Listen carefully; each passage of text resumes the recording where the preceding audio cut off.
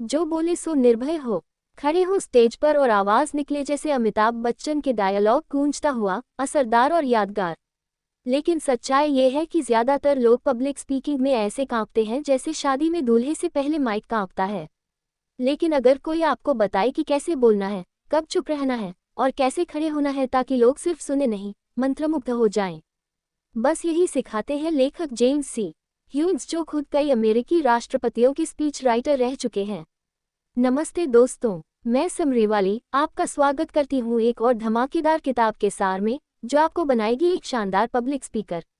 चाहे ऑफिस की मीटिंग हो, शादी में टोस्ट देना हो या यूट्यूब पर मोटिवेशनल स्पीच, इस किताब की बातें हर जगह काम आएंगी। तो चलिए जानते हैं इन 21 राजों में से आज कुछ ऐसे ही गोल्डन सीक्रेट्स। लेखक की पहली सोच, पाओ पॉज यानी चुप रहना भी कला है। अब सोचिए, कोई स्टेज पर चढ़े और एकदम चुप। आप सोचेंगे क्या हुआ, टेक्निकल प्रॉब्लम? लेकिन नहीं, ये चुप्पी एक स्ट्रेटेजी है। जैसे कोई हीरो इंटरवल से पहले एकदम चुप होकर बस घूरता है, असर वही होता है। ये पॉज आपके शब्दों को वजन देता है। एक बार एक प्रोफेसर ने स्टूडेंट से कहा, मैं आज जो बताने जा रहा हूँ, रुकते हुए वो आपकी पूरी जिंदगी बदल सकता है। और सबकी गर्दनें सीधी हो गईं। पॉज डर नहीं है, वो तो एक्साइटमेंट है जो आप बना रहे हैं। लेखक की दूसरी सोच, पाओ ओपनर यानी शुरुआत में ही फुल टशन। अरे भाई, कोई भी मूवी सलमान की एंट्री के बिना अधूरी लगेगी ना। वैसे ही स्पीच की शुरुआत ऐसी होनी चाहिए कि लोग मोबाइल साइड में रख दें।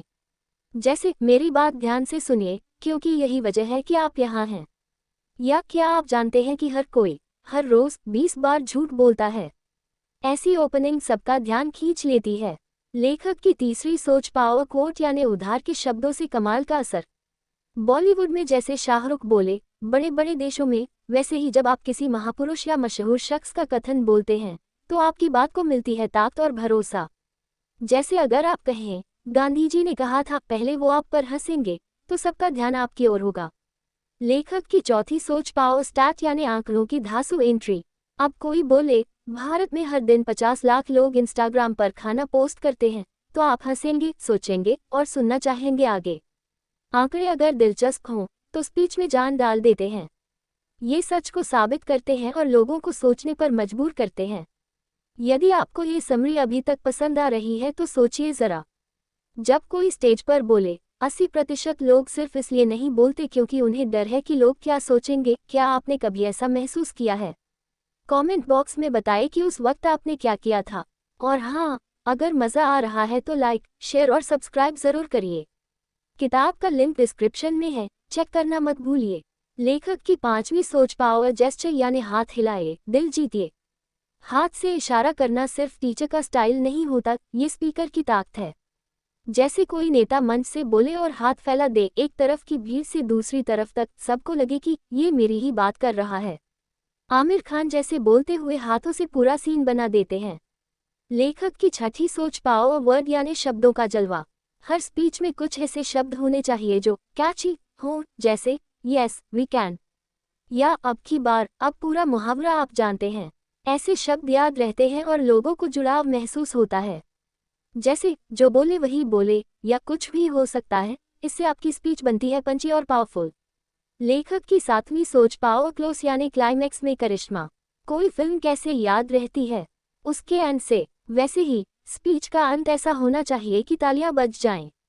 जैसे आप बदलाव देखना चाहते हैं तो शुरुआत खुद से कीजिए, या आप सबके पास ताकत है, अब बस आवाज उठाए। ये लाइनें आखिरी मिनट में दिल छू जाती हैं। लेखक की आठवीं सोच, पावर प्रेजेंस यानी खड़े होने का कॉन्फिडेंस। अब अगर आप स्टेज पर खड़े हैं ऐसे जैसे आप एटीएम की लाइन में हो तो सुनने वाले भी बोर हो जाएंगे। लेकिन अगर आप कंधे सीधा, नजरें सामने और आवाज में दम लाएं तो सबको लगेगा, भाई साहब ये तो सीधा राष्ट्रपति भवन से आया है। जैसे धोनी क्रीज पर खड़े हों, बिना हिले, मगर पूरा मैदान उनके कंट्रोल में हो। लेखक की नौवीं सोच, पावर विस्पर यानी धीरे बोलना भी धमाका कर सकता है। सोचिए कोई चीख रहा हो और बीच में एकदम से धीमे से कहे, लेकिन एक बात है जो किसी ने नहीं सोची, क्या आप ध्यान नहीं देंगे? बिल्कुल देंगे। धीरे बोलना कभी कभी सबसे ज्यादा असरदार हो सकता है। ये स्टाइल है, ड्रामा है और पब्लिक को पकड़ने का पक्का तरीका है। अब सोचिए दोस्तों, अगर आप इन 21 में से सिर्फ 5 राज भी अपनी बोलने की कला में उतार लें तो लोग सिर्फ सुनेंगे नहीं, आपको याद रखेंगे। इस किताब की सबसे बड़ी बात है, यह कोई थ्योरी नहीं, बल्कि इतिहास के सबसे असरदार स्पीकर्स के असली हथियारों का खजाना है। तो उठाए किताब, बदल डालिए अपना बोलने का तरीका। चाहे आप कॉन्फ्रेंस में बोले या शादी में, अब हर मंच होगा आपका स्टेज। और जाते जाते दोस्तों, स्पीच में केवल शब्द नहीं चलते, चलती है आपकी बात में जान। अगर आपने इस समरी से कुछ सीखा हो तो इसे शेयर कीजिए उन सबके साथ जो स्टेज से डरते हैं। अगली बार मिलेंगे एक और धमाकेदार समरी के साथ, तब तक याद रखिए, आपकी आवाज़ में है असर, बस उसे पहचानिए।